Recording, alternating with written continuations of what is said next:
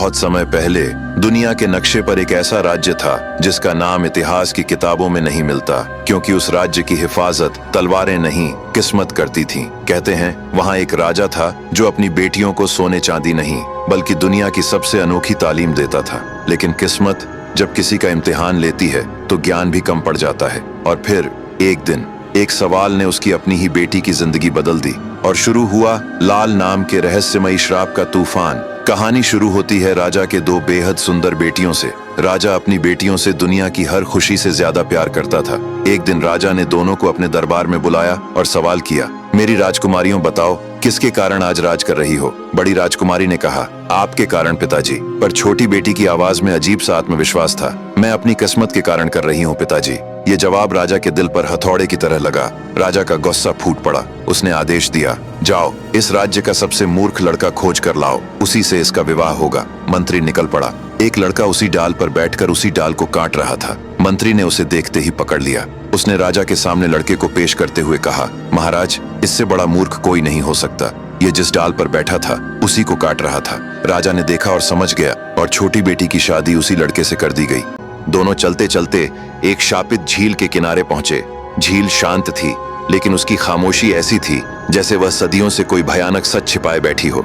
अचानक लड़के ने झील की सतह पर लाल लाल चमकते हीरे तैरते हुए देखे। उसकी आंखें लोभ से चमक उठीं। राजकुमारी ने घबराकर उसे रोकते हुए कहा, इसे मत छुओ, यह झील अशुभ है। लेकिन लालच के आगे उसकी कोई बात नहीं चली। लड़के ने एक लाल हीरा उठा लिया और उसी पल से उनकी किस्मत का अंधेरा सफर शुरू हो गया। दूसरे राज्य में पहुंचकर वह मूर्ख लड़का राजा के दरबार में दरबान बन गया। एक दिन दरबार में जुए का खेल चला तो उसने वह लाल हीरा दांव पर रख दिया। सबकी आंखें उस लाल की चमक में खो गईं और मूर्ख की किस्मत अचानक पलट गई। कुछ ही दिनों में उसने उस लाल से बहुत रुपए जीत लिए। दरबारियों की ईर्ष्या भड़क उठी और यह बात राजा तक पहुंची। राजा ने हीरा देखा तो उसने बिना देर किए हीरा छीन लिया और इसे अपनी बेटी को दे दिया। राजकुमारी ने उस लाल को गले में पहन लिया। उसने एक तोता और मैना पाल रखा था। उसकी पालतू मैना बोली, राजकुमारी यह लाल तो बेहद सुंदर है। किंतु तोता बोला, तुम क्या जानो, लाल का जोड़ा होता तो और सुंदर लगता। ये सुनकर राजकुमारी के दिल में दूसरा लाल पाने की आग जल उठी। वह सो गई और सुबह तक न खाई न पिया, बस एक जिद करती रही, एक और लाल चाहिए, नहीं तो मैं मर जाऊंगी। राजा डर गया क्योंकि एक ही बेटी थी और उसने मूर्ख दरबान को आदेश दिया कि एक और लाल ला कर दो, नहीं तो पूरे परिवार को गड्ढे में जिंदा दफना दिया जाएगा। वह घर आया और राजकुमारी को सारी बात बताई। राजकुमारी बोली, मैंने उसी दिन आपको कहा था कि लालच न करें, नहीं तो खतरा होगा, पर अब हो भी क्या सकता था। मूर्ख युवक लाल की खोज में निकल पड़ा। चलते चलते वह उसी नदी किनारे पहुंच गया। उसने सोचा, क्यों ना इस बात का पता लगाया जाए कि ये हीरे कहां से बहते हुए आ रहे हैं। यही सोचकर वह नदी के किनारे किनारे चल दिया। एक जगह उसने देखा कि किसी लड़की का सिर कटा है और उसका खून नदी में टप टप गिर रहा है। खून लाल बन रहा है और वही लाल नदी की धारा में बह रहा है। यह देखकर वह चुपचाप एक पेड़ पर चढ़कर छुप गया और छुप छुप कर देखने लगा कि आखिर माजरा क्या है। जब शाम हुई तो एक राक्षस आया। उसने पास के एक पेड़ से एक फूल तोड़कर उस लड़की को सूंघा दिया। लड़की तुरंत जीवित हो उठी। दूसरे दिन जब राक्षस बाहर जाने लगा तो उसने फिर तलवार से उस लड़की की सिर काट दी। उसी तरह उसका खून टपकने लगा। राक्षस के चले जाने के बाद लड़का पेड़ से उतरा। उसने उसी पेड़ से एक फूल तोड़ा जिससे राक्षस ने तोड़ा था और उसे लड़की को सूंघा दिया। लड़की तुरंत जी उठी। लड़के को देखकर बहुत खुश हुई। दोनों ने दिन भर खूब मस्ती की। शाम होने वाली थी तो उस स्त्री ने युवक को मच्छर बना दिया। जब राक्षस आया तो बोला, मुझे किसी मनुष्य की गंध आ रही है। स्त्री ने कहा, यहाँ कहाँ से मनुष्य आएगा मेरे स्वामी। ये सुनकर राक्षस शांत हो गया। इसी तरह राक्षस के चले जाने पर लड़का लड़की को फूल सूंघाकर जिंदा कर देता और शाम होते ही राक्षस फिर उसकी सिर काट देता। 4-5 दिन दोनों इसी तरह दिन भर मौज मस्ती करते रहे। स्त्री उसे जादुई दुनिया में लेकर जाती जहाँ तरह तरह चीजें होती। एक दिन युवक ने कहा कि वह राक्षस से पूछे कि उसके प्राण कहाँ बसे हैं। स्त्री के पूछने पर पहले तो राक्षस टाल मटोल करता रहा, झूठ मूठ कुछ भी बता देता। लेकिन एक दिन उसने सच्चाई बताई। राक्षस बोला, मेरे प्राण 7 समुद्र पार एक ताड़ के पेड़ पर हैं। उस पर एक पिंजरा है जिसमें एक तोता है। उसी तोते के अंदर मेरे प्राण हैं, इसीलिए मुझे कोई नहीं मार पाता। युवक ने यह राज जान लिया और राक्षस के प्राण को समाप्त करने निकल पड़ा। जाते जाते वह एक पेड़ के नीचे विश्राम करने लगा। थका होने के कारण उसे नींद आ गई। उसके सोते ही एक जहरीला सांप निकला और उसे काट लिया। दर्द से उसकी नींद खुल गई और वह तड़पने लगा। वहीं पास की एक गुफा में एक भेड़िया अपनी पत्नी और बच्चों के साथ रहता था। उसने युवक की दर्द भरी पुकार सुनी और उसके पास पहुंच गया। उसने देखा कि युवक को किसी जहरीले सांप ने काट लिया है। भेड़िया बोला, भाई तुम कौन हो ये तो मैं नहीं जानता, पर तुम्हें बचाना मेरा कर्तव्य है। भेड़िया युवक को अपनी गुफा में ले गया। उसकी पत्नी एक मनुष्य को देखकर डर गई। भेड़िए ने कहा, डरो मत, यह एक भला मनुष्य है, हमें इसकी जान बचानी होगी और इसका एक ही उपाय है। अगर पहाड़ के उस पार रहने वाली विषारिणियों के सिर का गूदा मिल जाए तो इसकी जान बच सकती है। भेड़िए ने देर किए बिना अपनी पत्नी से कहा, मैं अभी विषारिणी के पास जाता हूँ, तुम इस मनुष्य की देखभाल करती रहना। भेड़िया पहाड़ की दूसरी तरफ पहुंचा। वहां का दृश्य किसी दूसरी दुनिया जैसा था। अचानक सामने एक प्राणी आई जिसका निचला हिस्सा चमकीले मोर जैसा था और ऊपर का हिस्सा स्त्री का। वह गरज कर बोली, कौन है जो विषारिणी की भूमि में पैर रखने की हिम्मत करता है? भेड़िया कांपते हुए बोला, हे देवियों, मैं आपकी शरण में आया हूँ। एक मनुष्य मर रहा है, कृपा करके उसकी मदद करें। विषारिणियों की टोली इकट्ठी हो गई। फिर उनकी मुखिया धीरे से मुस्कुराई और बोली, ठीक है भेड़िए, हम सहायता करेंगे, लेकिन एक शर्त है। भेड़िया बोला, कैसी शर्त? मुखिया बोली, जिस मनुष्य को तुम बचाना चाहते हो, वह जिस राक्षस का नाश करने निकला है, वह साधारण राक्षस नहीं है, वह हमारी रानी का शत्रु है। राक्षस जब मरेगा तब तुम हमें उसका प्राण मृत्यु का चक्र लाकर दोगे। भेड़िया चौंक गया। प्राण मृत्यु का चक्र? वह क्या है? विषारिणी बोली, राक्षस के तोते में उसका प्राण बसा है। जब वह प्राण नष्ट होगा तो उससे एक प्रज्वलित शक्ति निकलेगी। उसे एक शीशी में बंद करके मुझे सौंपना होगा, तभी मैं उस मनुष्य की मदद करूंगी। भेड़िया समझ गया कि सौदा कठिन है, लेकिन युवक को बचाने के लिए वह तैयार था। उसने सिर झुकाकर कहा, मैं यह सौदा स्वीकार करता हूँ। विषारिणी मुस्कुराई, ठीक है, चलो तुम्हारे मित्र को बचा देते हैं। विषारिणी हवा में उड़ी। उनके चमकदार पंखों से रोशनी बरस रही थी। भेड़िया उन्हें अपनी गुफा की ओर ले आया। गुफा में सांसें टूटती हुई युवक पड़ा था। विषारिणी ने अपनी उंगली के नाखून से अपने सिर से थोड़ा सा नीला गूदा निकाला और युवक के घाव पर लगाया। क्षण भर में घाव से धुआं उठने लगा और फिर काला झर बाहर निकलकर जमीन पर टपकने लगा। युवक ने पहली बार आंखें खोली। वह खोई हुई आवाज में बोला, मैं बच गया। विषारिणी बोली, हाँ, लेकिन अब तुम्हारी असली परीक्षा शुरू होती है। राक्षस के तोते में बसे हुए प्राण को अगर तुम मारने में कामयाब होते हो तो उससे निकलने वाली जीवन मृत्यु चक्र ऊर्जा मुझे देनी होगी। युवक बोला, आपकी कृपा से मेरी जान बची है, मैं इस उपकार का बदला जरूर चुकाऊंगा। उस राक्षस ने लड़की को वर्षों से कैद कर रखा है, मैं उसे भी आजाद कराऊंगा। तभी विषारिणी ने एक और भयानक बात कही। उसने कहा, जिस लड़की को तुम बचाने चले हो वह जन्म से मनुष्य नहीं है, वह राक्षस वरुणाग की बनाई हुई माया नारी है, एक जादुई स्त्री जिसका अस्तित्व उसी के जादू से बंधा है। अब ध्यान से सुनो, यहाँ से 2.5 दिन की दूरी पर विषधारों का देश समंदाल है। वहां की राजकुमारी विषकन्या बहुत ही सुंदर थी। उसके बोलने पर ऐसा लगता था जैसे बसंत आ गया हो। उसकी सुंदरता के चर्चे कई राज्यों में फैले थे। लेकिन एक दिन राक्षस वरुणाग ने बाग में विचरण करती हुई राजकुमारी विषकन्या को देखा। उसकी मोह में राक्षस बंध गया। वह छुप छुप कर नजर रखने लगा कि राजकुमारी को कैसे अपना बनाए, और एक रात वही हुआ। वह सोती हुई राजकुमारी को उठा लाया और उससे प्रेम संबंध बनाने को कहा। राजकुमारी ने जब मना किया तो उसने उसे मारकर उसका सिर काट दिया और विषधारों की सरहद पर रख आया। विषधारों की कुलदेवी इससे बहुत नाराज हुई और उन्होंने उसे श्राप दिया, जैसे तुमने निर्दयी होकर राजकुमारी का सिर काटा है, वैसे ही अब तुम अपने शरीर से एक स्त्री बनाओगे और हर दिन उसका सिर अपने ही हाथों से काटकर फिर उसे जिंदा करोगे। उसके आंसू और खून से लाल हीरे बनते रहेंगे और हर एक हीरा तुम्हें एक क्षण की जिंदगी देता रहेगा। विषारिणी के शब्दों ने युवक के दिल में तूफान खड़ा कर दिया। उसने कभी सोचा भी नहीं था कि जिस लड़की को बचाने के लिए वह जान देने को तैयार है, वह असल में एक माया है और उसका हर सांस, हर आंसू राक्षस वरुणाग के जादू से बंधा हुआ है। युवक की आंखों में दर्द तैर आया। वह बोला, अगर वह माया भी है तो क्या उसकी पीड़ा असली नहीं? विषारिणी ने कहा, पीड़ा वही असली है जो दिल में उठती है। माया हो या मनुष्य, दर्द सबको जलाता है। अभी तक मैंने तुमसे कुछ छिपा रखा था। शायद तुम ये नहीं जानते कि वरुणाग का तोता जिसे तुम मारने जा रहे हो साधारण तोता नहीं है। अभी तुमने आधी ही कहानी सुनी है। तुम्हें क्या लगता है वरुणाग ने राजकुमारी विषकन्या की गर्दन क्यों काटी थी? युवक ने हैरानी से पूछा। क्यों? विषारिणी ने गंभीरता से कहा, समंदर के पूर्व में अधिपति बेतालों का साम्राज्य है। वहां एक योद्धा रहता था जिसे बेताल योद्धा अर्घमान कहते थे।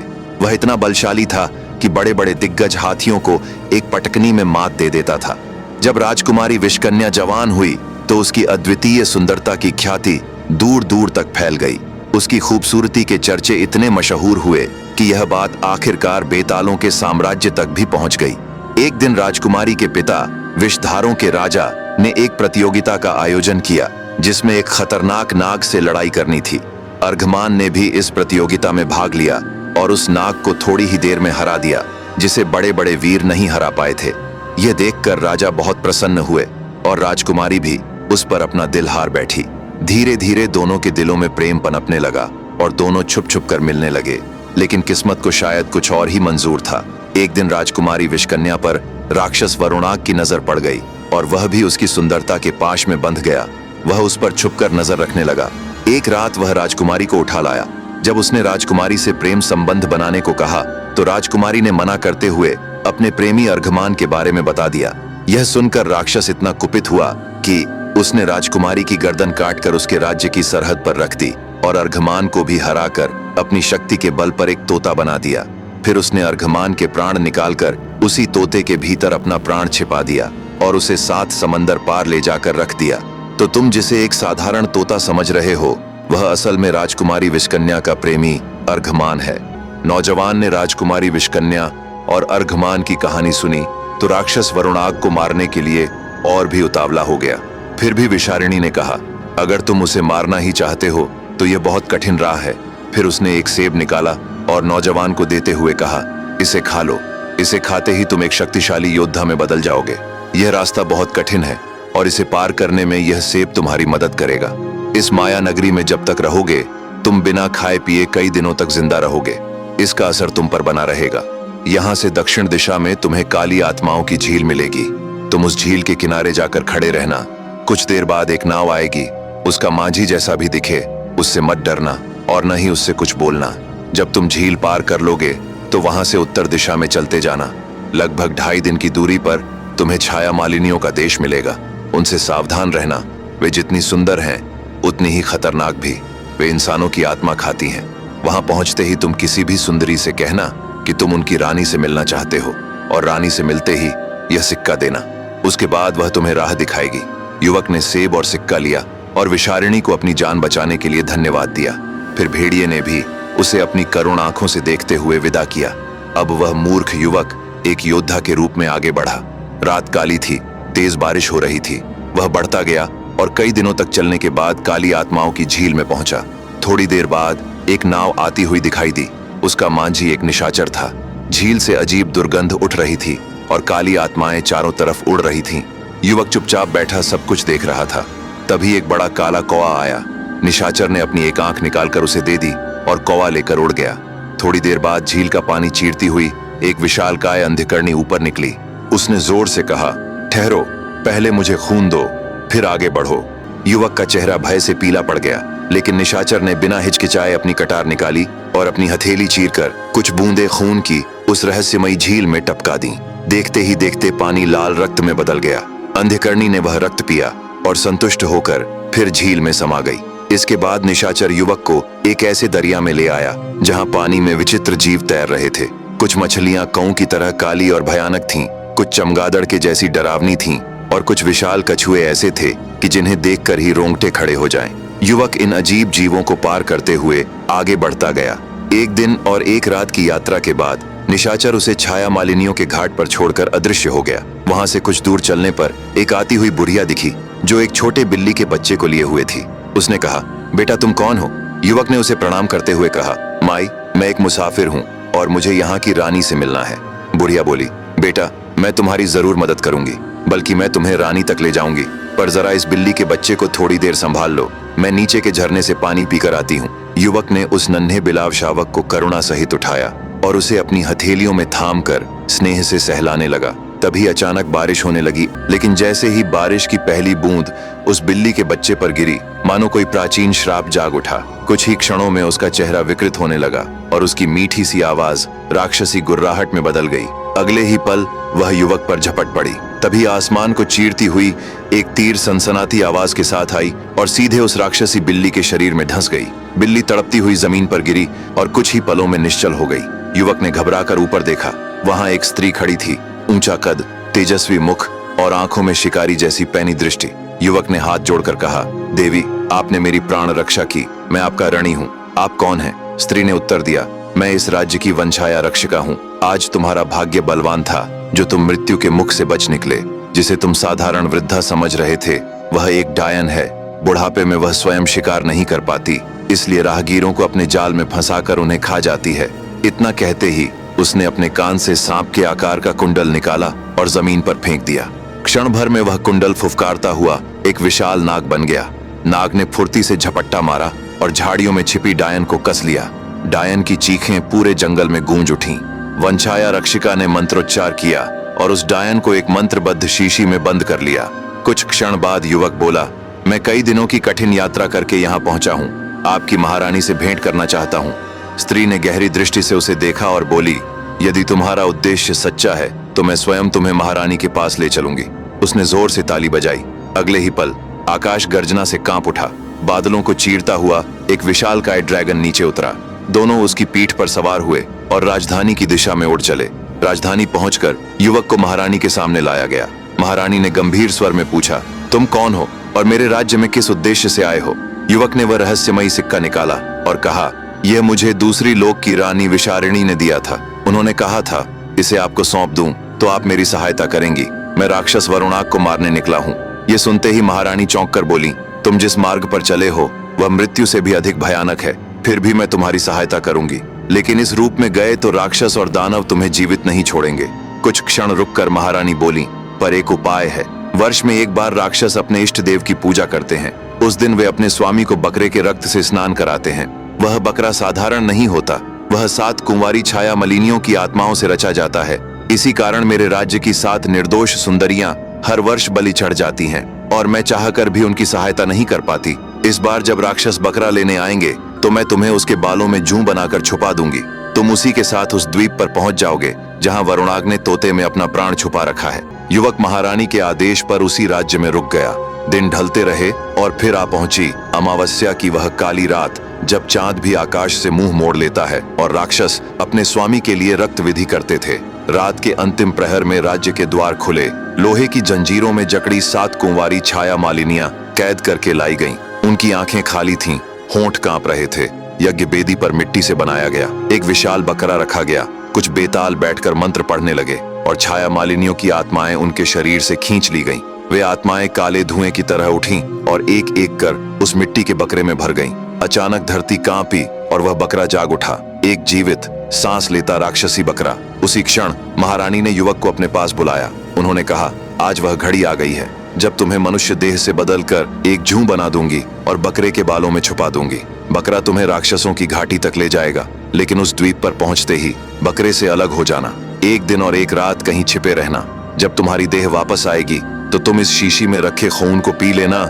इससे तुम एक पिशाच बन जाओगे, क्योंकि मनुष्य देह में आगे बढ़े तो तुम किसी राक्षस के हाथ मारे जाओगे। इसलिए पिशाच रूप में वहां से 2.5 दिन की यात्रा करके पूर्व दिशा में जाना। वहां तुम्हें मिलेगा कपालिनियों का देश। उस देश की रानी से कहना कि तुम मेरे भेजे हुए हो। उसका और राक्षस वरुणाग का पुराना बैर है। उसे पता है कि वह तोता कहाँ छुपाया गया है। वही तुम्हें असली राह दिखाएगी। इतना कहकर महारानी उठी। मंत्रों की गूंज गहरी हुई। युवक की देह सिकुड़ने लगी। क्षण भर में वह एक जूं बन गया। उसे राक्षसी बकरे के घने बालों में छुपा दिया गया। कुछ ही देर में बकरे को लेकर रानी सैनिकों के साथ काले समंदर की घाटी पर आई। उधर से कई विशालकाय राक्षस आते हुए दिखे। तट पर पहुंचते ही रानी ने उनका स्वागत किया और बकरा उन्हें सौंप दिया। बकरे को साथ लिए राक्षस आगे बढ़े। भयावह घाटियों और रक्त सुगंध से भरे मार्गों को पार करते हुए वे अंततः काली घाटी पर पहुंच गए। यही वह अभिशप्त स्थल था जहां राक्षसों का सरदार अपने इष्ट देव को बलि चढ़ाता था। उसने विशालकाय बकरे को अंधे पुजारी के हवाले कर दिया। पुजारी की आंखों पर काली पट्टी बंधी थी और उसके होठों से प्राचीन विकृत मंत्र फूट रहे थे। जैसे ही विधि आरंभ हुई, धरती कांप उठी। हवा में खून और धुएं की तीखी गंध फैल गई।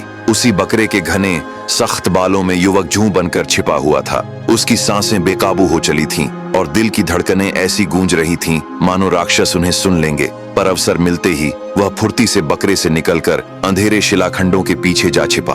एक दिन एक रात बिना हिले वहीं पड़ा रहा। दूसरी रात के अंतिम पहर उसकी देह पुनः मानव रूप में लौटी और तभी उसे रानी के शब्द याद आए। कांपते हाथों से उसने वह लाल लहू निकाला और पी लिया। जैसे ही रक्त उसके गले से उतरा, उसका शरीर बदलने लगा। नसों में ज्वाला दौड़ पड़ी। आंखें अंधकार में चमक उठीं।